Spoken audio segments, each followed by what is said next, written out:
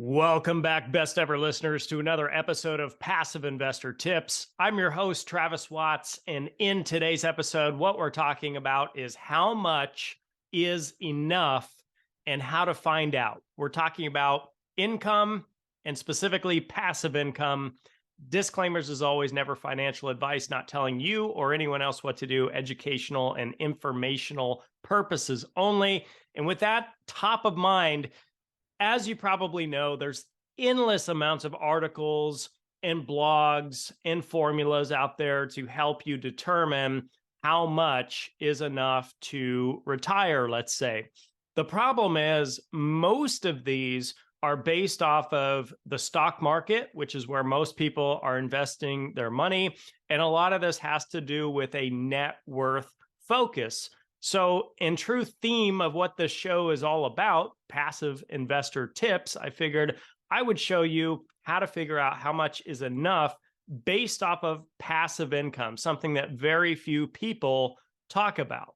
So I'm going to share with you 3 steps on how to determine how much is enough. And before we get into those 3 steps, I'm going to put up on the screen for a quick refresher the hierarchy of income. So this is a little diagram that I've created, which shows someone moving up in the hierarchy of income. And at the bottom is called self-sufficiency. This is where somebody can basically support their living costs on an active income source like a job. This would be someone who is merely paycheck to paycheck.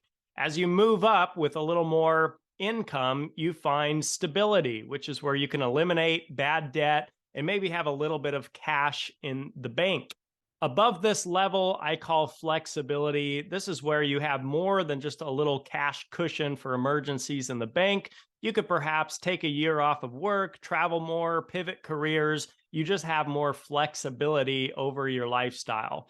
Above this level is financial independence. This is where you can live off of your income that your investments generate. And above financial independence is what I call financial abundance. And this, quite frankly, is where money is no longer a concern. You have more than you'll ever need. It's usually a stage of giving back because you can't possibly spend the amount of money that you're bringing in. So this brings us to step number 1, and that's to consider, what is your goal? Frankly, not everybody strives for financial abundance. Not everybody desires financial independence. Some people, quite frankly, are content with their career. They love what they do, but it might be nice to have flexibility of lifestyle where they could take a break for a while and come back to it, or maybe work part-time instead of full-time.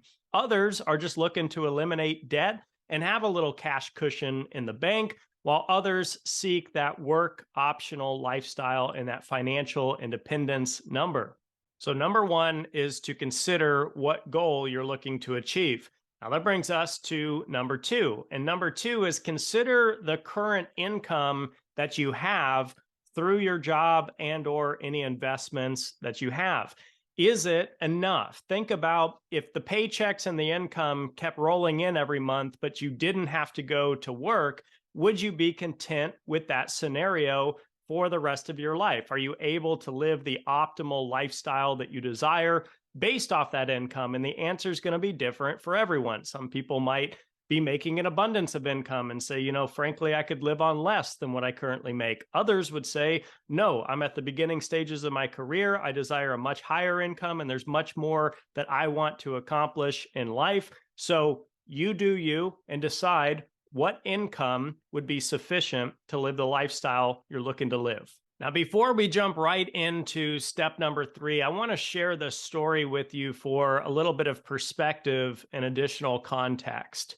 So there's an engineer, and he's 24 years old, just graduated from college, gets synced up with a high-income job at an engineering firm, and he works himself up from bottom to top in this company. He puts in 15 years.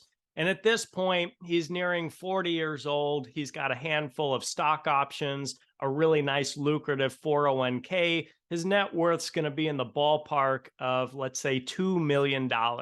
And he thinks to himself, I'm burned out. I'm tired of this. I don't see much more advancement here. I'm going to branch away and create my own firm and my own company. And he does just that. He launches this company from scratch. He dedicates the next decade to building it up, and he's able to successfully secure a sale of this business for $5 million.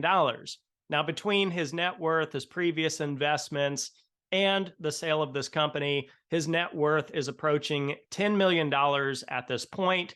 His age is nearing 50, and he says to himself, well, that went really well. That was exciting. Let me do that again. I'm going to start another business. And he does just that. So this time he wants to go bigger. He wants to get the big payday. He's dedicated to putting in 15 years of time to building up this firm. He does just that. His age is nearing 65, and he secures the sale of this business for $10 million. Now, adding up his previous net worth and assets and the sale of this business, his net worth is nearing 25 million at this point, and he decides it's time to retire. I'm 65, I've put in the work, and I'm done. Now, after listening to this story, you might think, hey, this sounds pretty good. It's a great success story, the great American dream, right? The dilemma is when we're younger, we seek money, but when we're older, we seek youth. And the problem with that is that you can always make more money, but you can never get your youth back.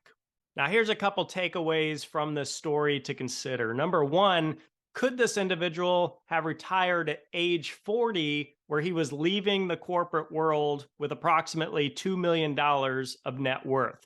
Let's suppose he had taken $500,000 out of his net worth, bought a house, and paid it off, and then invested the remaining 1.5 million into passive income producing assets. And for simple math, we'll use the 8% yield per year. He'd have approximately $120,000 per year in passive income, a paid off house, and perhaps a low cost of living.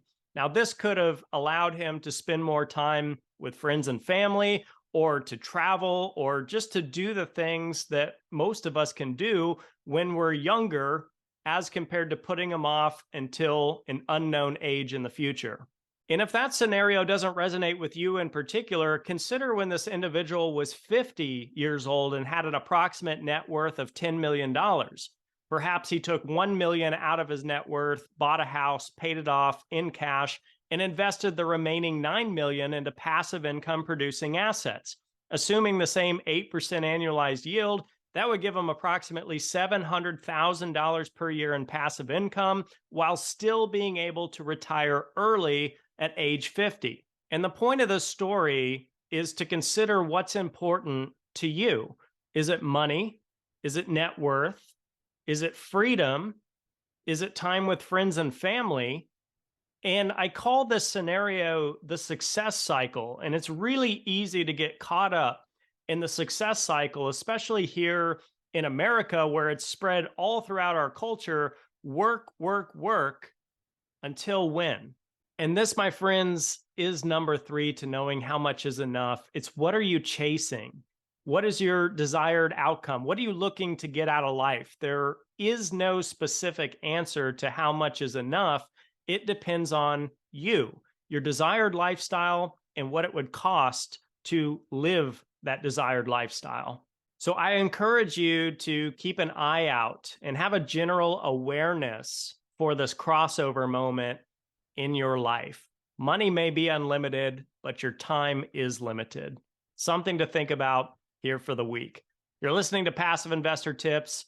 I'm your host, Travis Watts. I truly appreciate you being here week after week. I appreciate the support. Like, comment, subscribe. Have a best ever week. We'll see you in the next episode.